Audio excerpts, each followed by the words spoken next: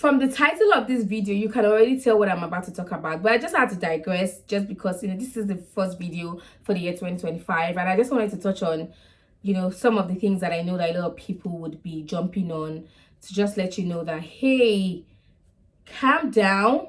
Don't be overwhelmed by the concept of a new year. It's fine. It's okay. You can, if you don't have any goal at the moment, you can start or envision your goal in mid-year. Okay.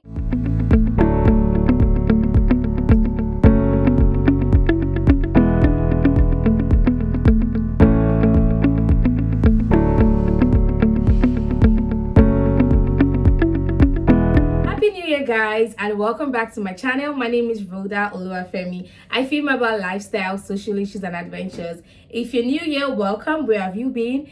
Please click on the subscribe button to get subscribed to my channel and turn on the notification bell to get notified whenever there's a new video up on my channel. Thank you. Happy New Year once again, and welcome to the year 2025. Talking about New Year resolutions and New Year goals kind of sounds cliche, but I think that it's an aspect of human life that has come to stay, and it's just what resonates with a lot of people. Personally, I'm thankful for the concept of time and seasons, the beginning and the end of a phase or a season or a year. And just like a lot of people, I look forward to the new year, but I think I've come to the realization that New Year resolutions, New Year goals, New Year do's and don'ts are now cliche, and I think it's because of age. Like, as I grow older, I just feel like you don't have to wait until a particular period of time to, grow, relearn, and unlearn, a lot of things. Whether the new year or not, goals are things that we should always aspire to reach. While I will never be against people who set new year goals or resolutions and stuff like that, I'm just here to say that avoid being overwhelmed with 10 goals or 15 things that you would like to achieve in the new year. You can break down your goals into quarterly basis. Goals do not have to be new. And I think this is something that people need to get going with. Goals are not things that you need to have yearly. You can continue to build on goals from the previous years. It could be like from 5 years ago. You can continue to build on, because sometimes our visions take time. Like, when you envision something, the results of some of those visions take time. So you can't always abandon a goal just because you've not seen results. The first step, I would say, is writing your goals down. Okay, and like divide it into things that you want to enhance or things that you know that you need to start from the beginning. So for example, last year you started like a weight loss journey, and your goal is to go from maybe 150 kg to 70 kg, and last year you've been able to reduce up to 100 kg, right? This year you sure know that you need to progress, so you don't have to start all over or erase that goal. So some goals just need progress, progression. They progress as the year comes. Year goals are always those very big things. I want to bag an MSc this year. I want to lose 70 kg. I want to make 6 figures. Your goal might just be, I want to stay sane. Maybe because in the previous year you had a lot of roller coaster of emotions, experiences, and all that, so you just want to leave those experiences behind you and just be sane, right? And just be healthy. It can be a goal. It's okay. Your goals are specific to you. It doesn't have to make sense to the next person, and that's just fine. So don't get overwhelmed. I don't think you actually have to set goals. If you just want to progress on things that you've been doing or you started in the year 2024, that's fine. Don't let people define what your goals should be. So I just want to tell you guys how I was almost defrauded of the sum of 400 Canadian dollars. Yes, 400 Canadian dollars. And I recently just discovered how that must have happened, but before now I didn't know. So I'm just going to give you the backstory. I'm in November, I discovered that I didn't get a deduction for a monthly payment that I subscribed for. So in Canada, there are some payments that are monthly and they are pre-authorized. Like most people have their house rent pre-authorized. That means maybe at the end of the month or 29th of every month, there's a deduction of their house rent from their account. You don't need to send to your landlord or to your house agent or whoever. Also, your phone bills are also pre-authorized. So at the end of the month or at the end of 30 days, depending on when you subscribed, you get an automatic debit from your account. So one of the automatic pre-authorized transactions that I signed up for, I was supposed to get a debit alert for that subscription, and I did not. And if you know me personally, you know that I don't like to owe people. I don't like owing people when it comes to money and finances. As much as possible, I like to keep my integrity intact. I mean, just like every other areas of my life. So I don't like to owe, and the way Canada is, you are indebted one way or the other. I didn't get a debit alert, and that bothered me. Interestingly, before then, I think a week before, I had gone to a store to buy some things and I was going to use my credit card to make payments, but there was an error and I just felt like maybe network or like a system issue. I didn't pay so much attention to it, so I used my debit card to make that payment. So the following week, the debit was supposed to take place and I didn't get a debit alert, so I knew that there was a problem. And I told my friend and housemate, I told her, listen, these guys deduct their money. And she was like, oh, it's the weekend, don't bother yourself, they will deduct the Monday. I'm like, no, this is automatic. The day of the week or the time, whatever, doesn't affect it.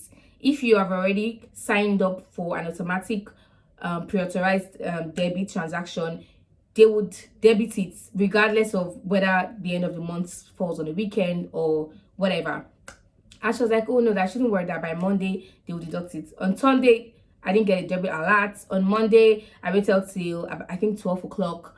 I didn't get a debit alert, so I then knew that there was a problem. So first I called the agent that was supposed to get the money. So I said, listen, I didn't get a debit for the payment that I'm supposed to make for this month, and I am aware and I'm on top of. And then the lady I spoke to was like, oh no worries, that I should just let them know when everything has been resolved. So I reached out to my bank and I'm like, hello, XYZ has happened and I want to know what is going on. My debit card is working, but my credit card is not working. And they were like, when did I discover this? And I explained that, well, I just paid close attention to it over the weekend because a pre-authorized payment that I signed up for was not deducted. But last week I was going to pay for something and I couldn't pay. The system said error or something like that, and I had to use my debit card. And they were like, okay, did I try to make a payment of $400 for any electronic gadgets? And I was like, no, I didn't try to make payments. I didn't even buy any electronic gadgets recently. And we're like, okay, so they blocked my card because it was an attempt fraud. We're not sure if I was the one or not. First, I was like, thank you and kudos to you for doing that, because if you didn't block it, someone else would have, the person would have gotten away with the sum of $400 from my credit card, and I would have had to pay that money. So they blocked it, and that was the beginning of all the stress. I tell you for a fact that it took about 3 weeks for me to get my account back. First of all, I didn't even get my account back. My account was blocked. So what they did was they already blocked my credit card. They also had to block my debit card because according to them, the possibility that the person has access to my debit card is high, right? Because it's almost the same credentials. Not the same card, but similar credentials. Like, okay, so how do I get a new, do I come to the bank to receive a new card and all that? They were like, okay, no, I would actually have to open another account. So the account that I was using before doesn't exist anymore. So they blocked it. I can't do any transaction on it at all. I have a new credit card now, and I have a new account and a new debit card now. So they blocked it then, because I'm just giving you guys a summary. It was a whole lot, because I also had to call 2 different agencies. Agencies that keep a track of people whose name are being used for fraud, maybe being used for fraud, or if you're also a fraudster, right? They keep a track and they ask me to call the offices to be sure that my name is not on their list. So if my name is on their list, obviously this is someone trying to use my credentials to now, do fraud. I just wanted to be sure that my name wasn't on the list, because now they've been able to deduce that it was someone else. I was trying to use my card or my name, whatever. And I called them and they were like, oh, my record is clean and all that stuff. And I was happy. But for about 3 weeks, I couldn't access money. I didn't have money. And it wasn't like I needed money. I mean, I needed money actually, but thankfully, you don't pay cash for bus rides or even Uber. I would always have money on my bus card, so I could move around, but I could not just withdraw or make transfers or anything, because I didn't even have an account. My online banking shut me out because the account didn't exist anymore and everything. But now I'm back. I have access to my account. I have access to my money. Just want you guys to be safe out there. And recently, I just figured out how my card was altered. So I sent a parcel to my brother in Europe, and when the parcel got to him, he declined it because I made a mistake with the total amount that I bought the item. So the clearing fee on his side was a lot small for something that I bought for less than $500. Was going to pay like more than $500, and so he declined it. So they had to send the parcel back to me, because when I was sending it to him, there's a place where they ask you, if we're not able to deliver this parcel, what should happen to the parcel? Should we discard it or should we return it back to you? And I always feel return it back to me. So they had to return it back to me. But for the longest time, Canada Post was on strike, and so I mean, I sent this parcel since I think September, and I just got it like yesterday. So it took a long time. So in October, I got an SMS. I think this is the reason why I'm now in tech. Your girl is now a tech sis, okay? Anyways, so I got an SMS from Canada Post, or from an agent or a group of people posing as Canada Post, and they told me that, oh, my parcel had arrived Canada and at the port of entry, I needed to pay XYZ amount of money to clear it. I should click on this link to pay the port fee, whatever, and they'll deliver it to me and all that. I should actually have known, because the SMS had your postal code is wrong, we cannot reach you, or something like that. And no, my postal code couldn't have been wrong, because I put in my full address and I cross-checked it and it was good. The only error I made was in declaring the total amount of the parcel. So, but because I was already expecting it, it's been more than 3 weeks already. So I clicked on the link and it directed me to a site that I assumed to be Canada Post, and I checked for security threat and all that, and I didn't find any. Listen, this was actually before I started or enrolled in my tech classes. Now I'm a pro. Funny enough, this is the first time that this would actually be up, because I don't click on external links. I always verify. But you know how this thing works. You can never be too careful, but you need to be careful actually. So I click on it and I paid this money.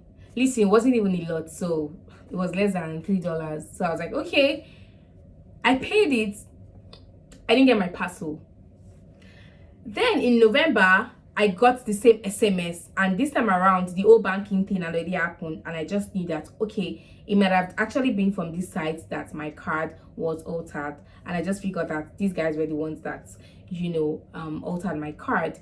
Then since then, I've been getting junk messages like that. There are messages saying that Canada Revenue Agency would like to send me some money, or they've sent me some money and I needed to receive it using an Interact link.